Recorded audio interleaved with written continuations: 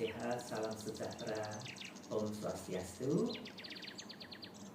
Sesuai dengan janji saya, kali ini saya akan menjelaskan tentang makanan yang paling tidak bagus untuk diabetes. Ada banyak makanan, tapi akan saya ulas satu persatu saja. Yang pertama adalah nasi putih. Jadi nasi putih itu indeks glikemiknya adalah 74, kurang lebih ditambah 5 ya.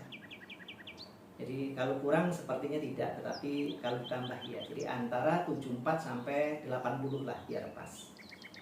Apa itu indeks glikemik?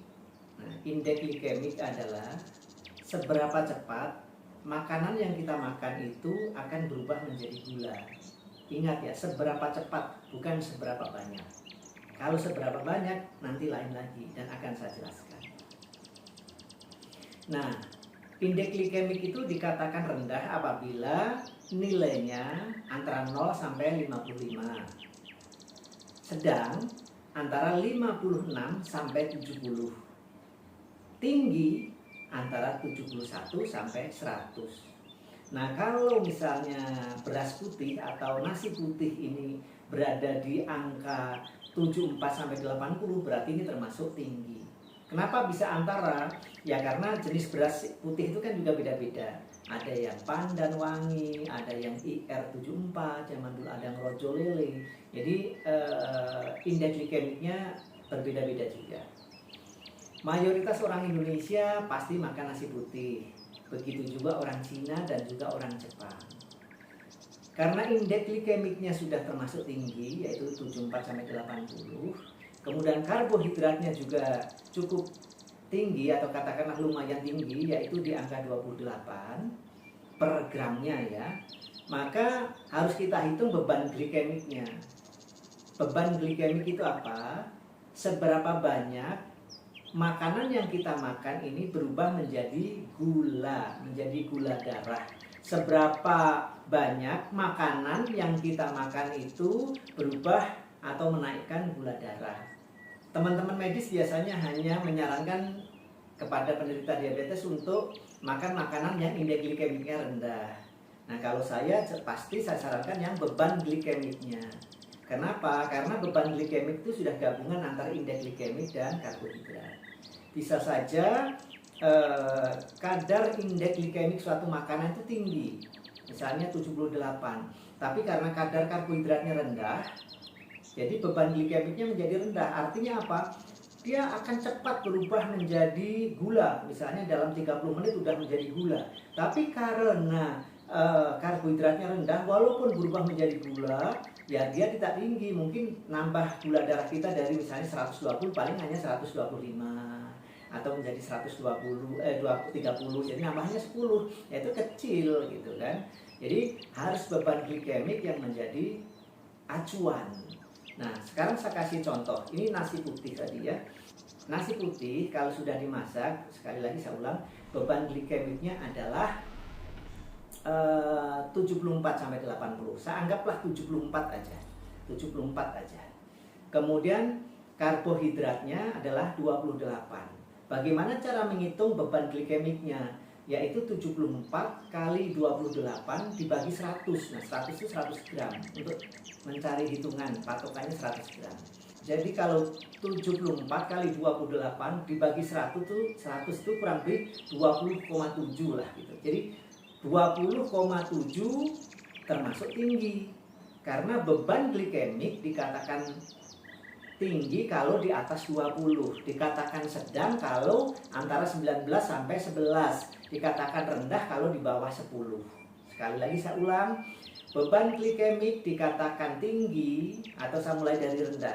Oke, beban glikemik dikatakan rendah apabila kadarnya antara 0 sampai 10, sedang antara 11 sampai 19.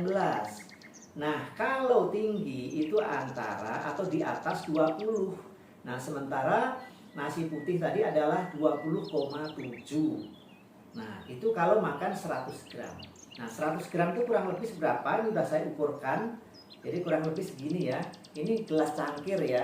Kita ukurkan. Udah saya ukur tadi ya. Ini timbangannya. Nah, udah angka 0. Nah, kita buka. Nah, kita ukur. Itu 101 ya, lebih sedikit ya. 101.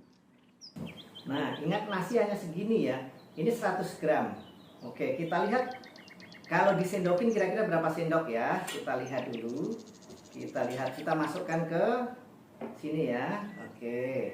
Kita masukkan ke, ini bukan piring ya, ini namanya tatakan apa ya kalau bahasa Jawanya, lepek. Jadi ini tatakan nasi. Nah, kalau orang makan biasanya kan segini lah. Taruh segini 1. Kurang lebih ya.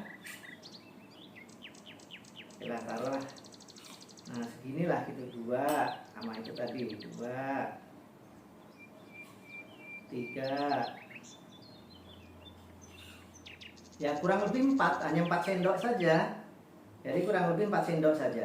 Nah, bagaimana kalau Anda makannya misalnya 8 sendok? Ya berarti tinggal mengalihkan saja. Kalau 100 gram itu 20 mg per desiliter, nambah kadar gulanya. Kalau 100 gram berarti menjadi 40. Nah, sekali makan gabungan dari nasi, lauk, minum, kalau lebih dari 50 itu sudah tinggi. Karena apa? Biasanya sih metformin yang 500 mg, kemudian amaril, glibenclamid, glucodex dan sebagainya, itu hanya bisa menurunkan kadar gula atau menetralkan itu antara 0 sampai 60. Nah, kalau lebih dari 60 dengan 500 mg metformin misalnya ya nggak cukup. Apalagi nanti kalau pakai kapsul herbal saya, pankro, ya tambah nggak kuat.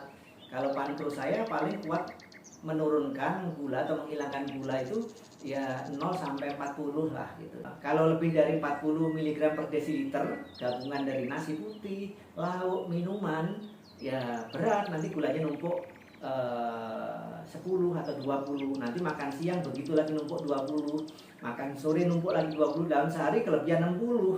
Belum lagi kalau mengukurnya 3 hari atau 4 hari, 60 kali sekian, jadi gula darahnya menjadi tinggi. Jadi kalau bisa ya cukup 100 saja kalau mau cari aman. Jadi 4 sendok. Ya ini kalau di sendok itu bisa katakanlah 5 sendok lah, katakanlah 5 sendok. Nah kalau cukup segitu, kemudian sayurnya sayur hijau, kemudian nanti tambah ikan atau daging secukupnya, tambah misalnya tempe, ya itu paling naiknya sih antara sekitar 40 sampai 50. Artinya kalau minum kapsul kami, kapsul pankro ya hilang. Apalagi ditambah Anda berolahraga, nah, gulanya makin turun lagi.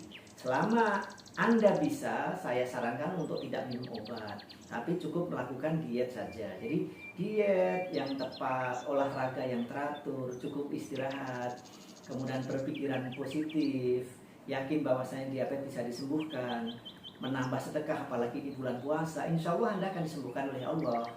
Nah, kalau memang Anda ingin beralih ke kapsul herbal, ya silahkan minum kapsul pankro, karena kapsul pankro itu fungsinya 2, fungsi ganda. Satu untuk menurunkan kadar gula darah, nanti kapsulnya berwarna coklat polos. Kemudian yang coklat merah nanti fungsinya untuk memperbaiki pankreas. Kalau pankreasnya bagus, ya nanti bisa menghasilkan insulin, sehingga insulin tidak perlu disuntikkan dari luar atau tidak perlu didapatkan dari obat-obatan. Nah, untuk kali ini saya cukup ngasih informasi tentang nasi putih. Besok nanti berubah menjadi nasi merah. Ini nasi merahnya udah saya sediakan. Berapa sih indeks glikemiknya? Kemudian nanti beras hitam.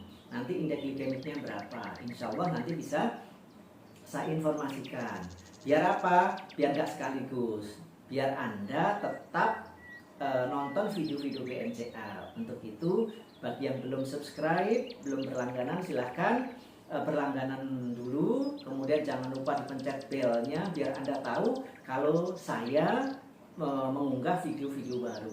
Jadi untuk berikutnya akan saya jelaskan tentang nasi merah, kemudian nasi hitam juga, termasuk bahayanya nasi putih kalau makan nasi putih ini berlebihan.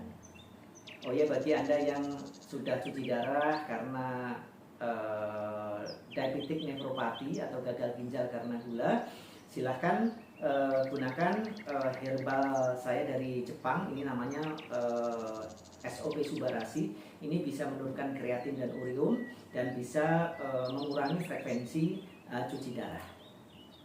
Nah, kalau ingin informasi tentang diabetes, penyebabnya apa, gejalanya seperti apa, lihatlah video-video rumah sehat BMCA sebelumnya. Akhirul kalam, assalamualaikum warahmatullahi wabarakatuh. Salam sehat, salam sejahtera, Om Swastiastu. Nama saya Bu Yanti PS. Saya dari Kota Bekasi. Penyakit saya diabetes tipe 2. Saya menderita diabetes dari tahun 2017. Saya tahu dari tetangga saya, yaitu Pak Jainal.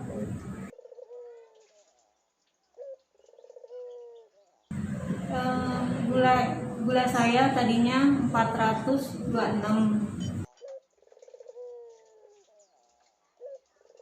Saya minum obat dokter metformin. Saya pernah dicek yaitu 14,8.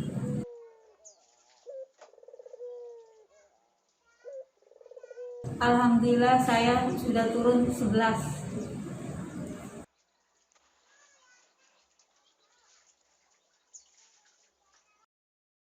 Dulu saya merasakan seluruh badan saya sakit, lemes, gusi, gigi, semua sakit, bahkan telinga saya pun suka budek gitu.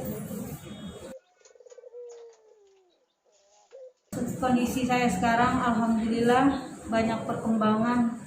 Yang kuping tadinya budek enggak, gusi, gigi alhamdulillah udah enggak. Tangan yang tadinya ngangkat tangan pun saya tidak bisa, alhamdulillah. Bahkan telapak kaki yang tadinya saya rasakan begitu tebal, sekarang alhamdulillah enak.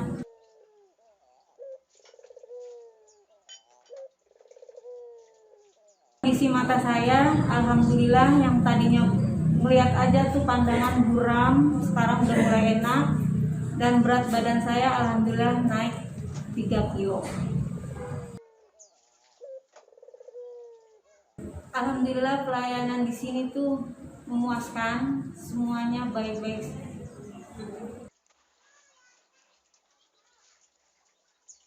Saran saya buat penderita diabetes, jangan lupa untuk berobat ke sini, ke BMCA, karena saya yang mengalami sendiri gitu. Banyak perubahan yang saya rasakan, betul-betul perubahannya cepat.